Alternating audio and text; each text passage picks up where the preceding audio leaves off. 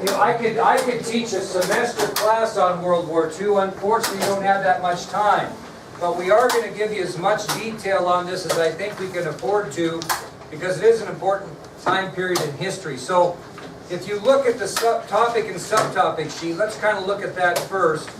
You're going to see it's broken up into several different areas. Obviously, the overall topic is World War II.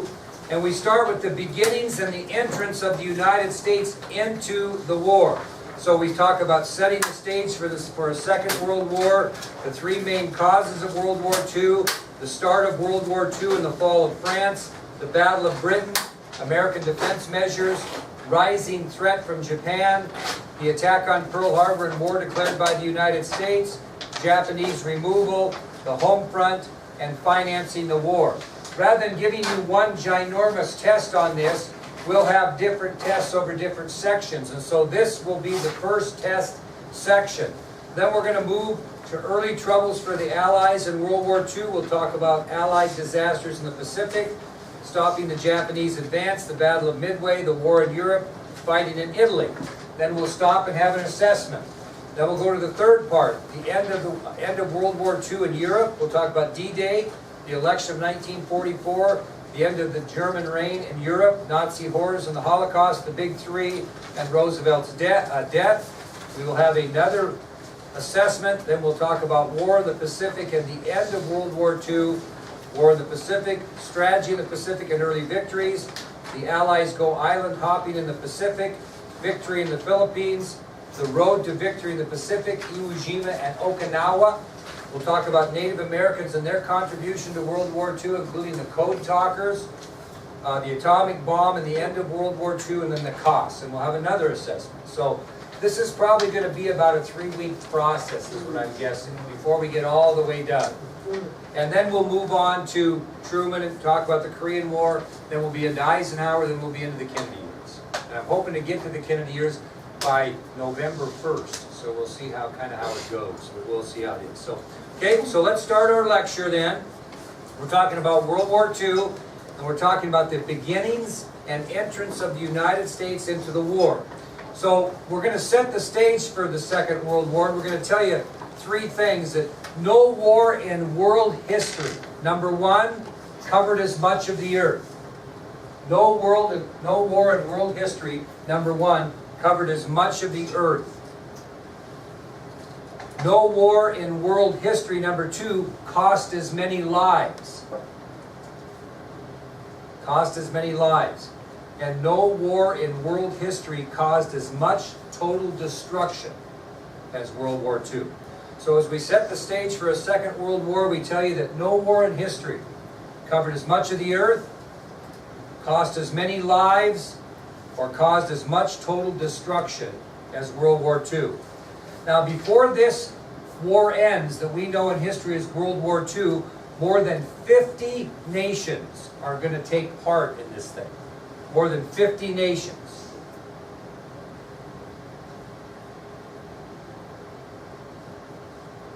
And basically what you're going to have here is you're going to have the Allies, which I guess you could consider the good guys, versus the Axis powers. So during this war, countries will either be in alliance with the Allies or they will be in alliance with the Axis powers. So it'll be the Allies versus the Axis. Now there were 26 countries that called themselves members of the Allies, and obviously we're not going to mention every one. So what we're going to do is we're going to tell you who the major powers were that were on each of these sides. And we'll start with the Axis, AXIS powers, and the 3 major powers that belonged to the Axis were Germany, Italy, and Japan. Germany, Italy, and Japan. What were the major powers among the Allies? The United States, Great Britain, and Russia. A lot of people say France. France did nothing but take a good butt kicking in this deal. Okay, we bailed France out in this big time, and we'll talk about that. So the major Allied powers were the United States, Great Britain, and ironically the Soviet Union. Now, because of the vast distance between conflicts in World War II, we actually had two separate wars. We had the war in Europe and the war in the Pacific. So you basically had two wars within one war here. You had the European theater and you had the Pacific theater. Because again, this is because of the vast distance between the conflicts. You've got Germany, Italy, and Japan on one side, and you've got the United States, Great Britain, and the Soviet Union on the other. Now, we'll talk first a little bit, set the stage for the war in Europe. And it was basically fought on three major fronts. Okay, the war in Europe consisted of three major fronts. And we'll tell you what the name of the front was and who fought on that front. And the first major front in Europe was the Eastern Front. The Eastern Front. And on the Eastern Front in Europe, the Soviet Union faced Germany, Bulgaria, Finland, Hungary, and Romania. So on the Eastern Front in the war in Europe, you had the Soviet Union pitted against Germany, Bulgaria, Finland, Hungary, and Romania. Germany, Bulgaria, Finland, Hungary, and Romania. That was the Eastern Front. The next front in Europe was known as the Southern Front. And on the Southern Front, the United States, Great Britain, and Australia fought against the Germans and the Italians. So on the Southern Front, you had the United States, Great Britain, and Australia fighting against the Germans and Italians. Anybody know the location of the Southern Front? North Africa and Italy. Very good. North Africa and Italy. And the third front concerning the war in Europe was the Western Front. And basically in the Western Front, you had Germany invading Europe across the English Channel against the British and the French. So on the Western Front, you're going to have Germany's invasion of Europe, the invade across the English Channel against the British and the French. So those are the three fronts of the war in Europe, fighting vast area all across Europe. The Eastern Front, the Southern Front, and the Western Front. And then you had the Pacific Theater, in which the United States, Great Britain, Australia, and New Zealand fought against who? Japan. So the war in the Pacific pitted the United States, Great Britain, Australia, and New Zealand against the country of Japan. And I'll tell you what, there was some vast fighting in the Pacific. The fighting in the Pacific Ocean stretched over 5,000 miles. It was really spread out and brutal. So the war in the Pacific pitted the United States, Great Britain, Australia, and New Zealand against the country of Japan, and the fighting in the Pacific stretched for over 5,000 miles. That kind of sets the stage to tell you a little bit about World War II. Now, you got to remember the United States didn't get in it right away. And we'll talk about obviously how we do, but I'm going to tell you about the three main causes of World War II. Why did we have a Second World War? Why didn't we learn our lesson after the First Major World War? And we'll tell you the three main causes of World War II. The first main cause, according to historians, of World War II was problems following World War I. Problems following World War I. And who had the most problems after World War I? Germany. This really talks about Germany in general. When I talk about the examples of problems following World War I, the Germans felt incredibly cheated over the treaty that ended World War I. And they felt like they were forced to disarm past reason. after World War I. So they were very bitter. They felt cheated. They felt that they were forced to disarm past reason, couldn't even defend themselves. And who took full responsibility for World War I? The Germans. Okay? So they were very upset following the events of World War I. They felt cheated over the treaty. They felt they were forced to disarm past reason. They had to take full responsibility for it. And what happened in Germany after World War I is inflation took over. And Germans were unemployed. They were starving to death. They had nothing going for them. So the only way out, the only way to fix their problems was to what? Go to war. That's the only way. They got that desperate. So again, after World War I, inflation took over. Many Germans were unemployed and starving to death. And as a result of that situation, Germany believed that the war was the only answer to try to fix their problems.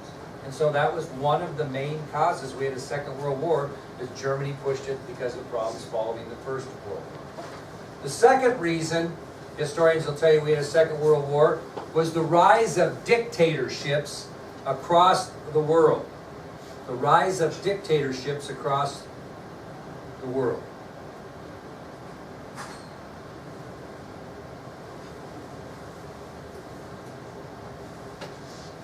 So when it came to making decisions about war, who was making the decisions? The entire nation or one person? One person, a dictator. A dictator is someone that has totalitarian rule. In other words, in a totalitarian situation, you have designed a dictatorship that exercises total control over a nation. So it impresses individual freedom. You don't have any say. And there were too many dictatorships that were rising across the world at the time. And the totalitarian rulers were coming out in gross, which really bothered President Roosevelt, and he was forced to deal with it. Now, the four most powerful dictators came from the most powerful countries across the globe. And we've talked about them all. Italy had a dictatorship. Russia had a dictatorship. Germany had a dictatorship. Japan had a dictatorship. All four of those major countries were now being led by dictators, in which the dictator was making the decisions for the country, especially concerning war or not the people that lived in the country. Their individual freedoms were being suppressed, and they weren't making decisions. As a result of that, the rise of dictatorships across the world becomes the second major reason why we had a world war. And number three ties in with number two. There was a tremendous greed for land by leaders of these dictatorships. Okay? There was a tremendous greed for land by these dictators in these major countries. And I will explain those specifically. Okay, we'll talk about the greed for land by Germany first. Who was the dictator of Germany? Adolf Hitler. Interesting fellow. He was an Austrian-born fanatic. Adolf Hitler was an Austrian-born fanatic. He climbed to power in Germany in 1933. Interesting guy. He was not anything spectacular, but he was intelligent, and he could really speak. He could convince. And look how many people he got behind him. Incredible. Now, he was a ruthless dictator, and he longed for the conquest of Europe. Okay? He wanted to control Europe, especially North Africa. He wanted to control Poland. He wanted to control Russia. He had a tremendous greed for land. He was a very ruthless dictator, and he longed for conquest of Europe, especially in North Africa, Poland, and Russia. Those are the areas he wanted to control. So there's your first dictator, Adolf Hitler of Germany. Okay, we move on to Italy. Benito Mussolini. Benito Mussolini was the dictator of Italy. He seized power in 1922. And what areas do you think he was interested in controlling? No? Think about what they're... No? Think about where they're at, kind of. He wanted to control the Mediterranean Sea. He wanted to control the Middle East and any land in Europe that Germany did not want. Okay? So Benito Mussolini seized power as a leader of Italy in 1922. He was considered what they called a swaggering, domineering ruler.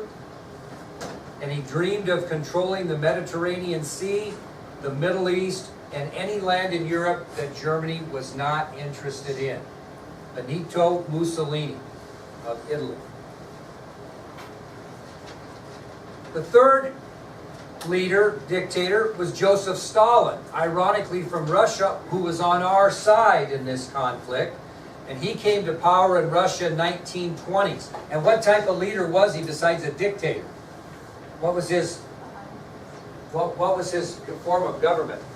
Communism. And there was no secret that he intended to spread communism throughout the world. And we'll get all over that when we get into Harry Truman's administration after World War II and the Cold War and communism all the way through the Kennedy years. And this kind of a crazy, crazy time. So Joseph Stalin was another dictator. And he was not so much land hungry, although that's a funny way to say it. He wanted to spread communism. Does that mean he wants to rule the country? He just wants the country to be communist and have influence. So he was another one. Now the Japanese were interesting in this particular war. Who seized control of Japan in the late 1920s and continued to control Japan throughout World War II? Not any one person, warlords or the military. So the Japanese military actually seized control of the Japanese government in the late 1920s. And they ruled Japan all the way through World War II in their defeat. Now, what land did they want? They wanted the Far East and the Pacific. Absolutely. They wanted all the Far East and Pacific. China, Korea, the Philippines, all the islands in the Pacific. That's what they wanted. Now, they did have a military leader that was really, not until 1941 did he become Prime Minister of Japan, but he was the leader in essence when he was just serving as a general. Anybody know who that was? I didn't get it on your ID sheet, I missed it.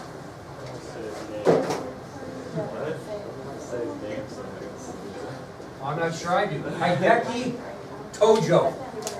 Hideki Tojo is a Japanese general who was the head of the Japanese military, who ruled. He was a dictator in essence, and he became prime minister in 1941, just prior to what? Pearl Harbor. So he is actually controlling the Japanese military, who wants to win control of the Far East and as much land as possible in the Pacific Ocean. So you have 4 pretty strong-willed leaders that have a tremendous greed for land, right? And this is going to push us into a world war. And the United States is sitting back watching at this time. So that'll take us to our next subtopic then, which is the start of World War II and the fall of France. The start of World War II and the fall of France. So, we weren't involved from the start. I think everybody probably knows that. So, Mason, at dawn on September 1st, 1939, what happened? You know? It's checking you out. What did German dictator Hitler do? They invaded Poland. At dawn on September 1st, 1939, German dictator Adolf Hitler and German forces invade Poland. And Adolf Hitler's German forces were carrying on what was known in history as a blitzkrieg in Poland. A blitzkrieg. Anybody know what the definition of blitzkrieg is? Lightning war, that a girl. Lightning war. So Adolf Hitler's German forces were carrying on a blitzkrieg, or lightning war in Poland. Now, if you're nearby France, what are you going to do when you watch Hitler and the German forces invade Poland? You're going to prepare. You're going to mobilize your army and protect yourselves from any invasion by German forces.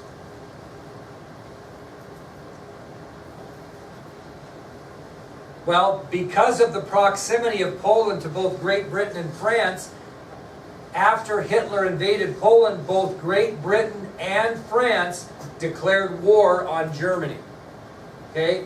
So as a result of Hitler's aggressive actions close to their proximity, their country, when he invaded Poland on September 1st, 1939, both Great Britain and France declare war on Germany.